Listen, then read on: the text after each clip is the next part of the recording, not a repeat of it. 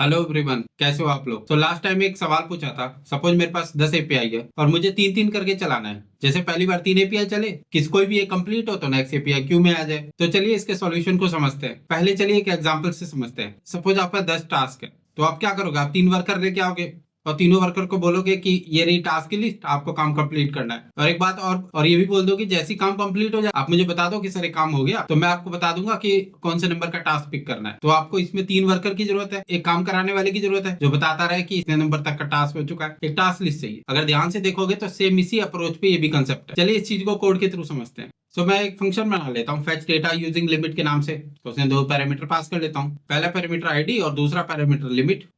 एक सुपरवाइजर रखना पड़ेगा। करंट इंडेक्स मैंने रख दिया सुपरवाइजर, जो काउंट करेगा। एक लूप चला देता हूँ, current index is less than ID dot length. मैं क्या करता हूँ, इसमें करंट इंडेक्स प्लस प्लस कर देता हूँ। मैंने एक फंक्शन बना लिया और उसके अंदर आईडी नाम का पैरामीटर पास कर देता हूँ और प्रॉमिस हैंडल कर लेता हूँ। ऐसे एसिंक वेट से भी कर सकते थे, बट मैं यहाँ प्रॉमिस से कर रहा हूँ। मैं इसके अंदर रिजॉल्व एंड रिजेक्ट ऐड कर देता हूँ। तो यहाँ पे मैंने फेच चलाया और मेरी एपीआई तो ऊपर देखो, ये है एपीआई। तो इस एपीआई को यहाँ पे कॉल कर देता हूँ और डेटा हमारा जेएसएन में आएगा। तो कन्वर्ट कर लेते हैं। भी डेटा आएगा, चेक कर लेते हैं। डेटा आया तो रिजॉल्व, नहीं तो रिजेक्ट। रिजेक्ट में एक ब्लैंक ऑब्जेक्ट भेज दूंगा मैं यहाँ पे। So if data then resolve else reject. Error आने पे भी सेम चीज कर लेते हैं फिलहाल के लिए। कोई एरर हैंडलिंग तो मैं भी कर नहीं रहा मैं यहाँ पे। तो मैं इसमें रिजेक्ट के अंदर एक ब्लैंक ऑब्जेक्ट पास कर देता हूँ। ये तो हमारा टास्क हो गया। हमें वर्कर को यही तो करवाना है, तो ये टास्क हम दे देते हैं वर्कर को। बोल देते हैं काम कंप्लीट हो जाए तो मुझे रिजल्ट बता दिए। यहाँ पे const result equal to fetch data वाला फंक्शन लगा देता हूँ। बता आईडी पैरामीटर ले रखा, बताना पड़ेगा कौन सा टास्क पिक किया है। तो यार कैसे बताऊँ, मैं एक काम करता हूँ, इंडेक्सिंग बना लेता हूँ। फिर फॉर लूप तो लगाया नहीं मैंने यहाँ पे, व्हाइल लगाया। एक काम करते हैं, इस करंट इंडेक्स को ऊपर रख लेते हैं और इस करंट इंडेक्स हर बार इंक्रीज कर रहा है। इंडेक्सिंग तो 0 से स्टार्ट होती है, यानी index equal to current index. ठीक है, हो गया हमारा काम। अब इसके अंदर आईडीज के अंदर मैं इस इंडेक्स को पास कर देता हूँ। डेटा भी तो स्टोर करूंगा कहीं पे, तो रिजल्ट्स नाम का बनाता हूँ और रिजल्ट्स के अंदर ये रिजल्ट को स्टोर कर देता हूँ। इंडेक्सिंग तो है ही हमारे पास में, बट मैं काम करता हूँ इंडेक्सिंग यूज कर देता हूँ। पहले से है हमारे पास में, तो कोई यूज करना। असिंग भी लगा देते हैं, टाइम तो लगेगा एपीआई को कॉल करने में, तो यहाँ पे वेट लगा देते हैं। पर ये एक वर्कर क्रिएट तो हो गया। 3 वर्कर में 3 बार फाइल लिखूं, अरे नहीं।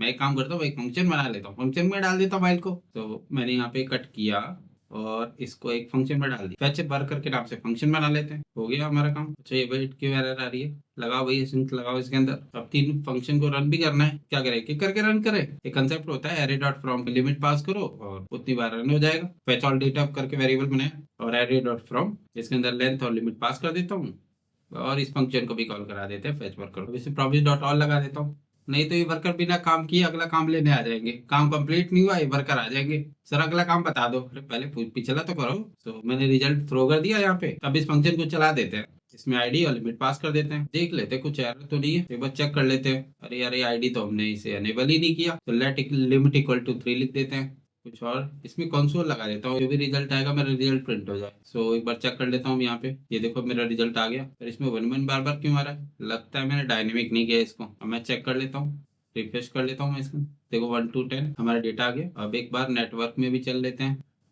पता नहीं चल रहा है कि प्रिंट हो रहा है। कहीं कहेंगे नहीं सर एक ही बार प्रिंट हो रहा है, पहले काम करो सेट टाइम आउट लगाते हैं इसके अंदर। तो मैं इसके अंदर आईडी इंटू 1000 कर देता हूँ। हर बार 1-1 सेकंड इंक्रीज हो, वैसे 1-1 सेकंड से ज्यादा ही होगा। अब देखो एक एक करके एपीआई चल रही है। पहले 3 एपीआई चली, उसके बाद एक एक करके चल रही है। साथ के लिए इतना ही। उम्मीद है आपको मेरे कंसेप्ट समझ में आ गया होगा। मिलते हैं नेक्स्ट वीडियो में, तब तक के लिए goodbye and take care.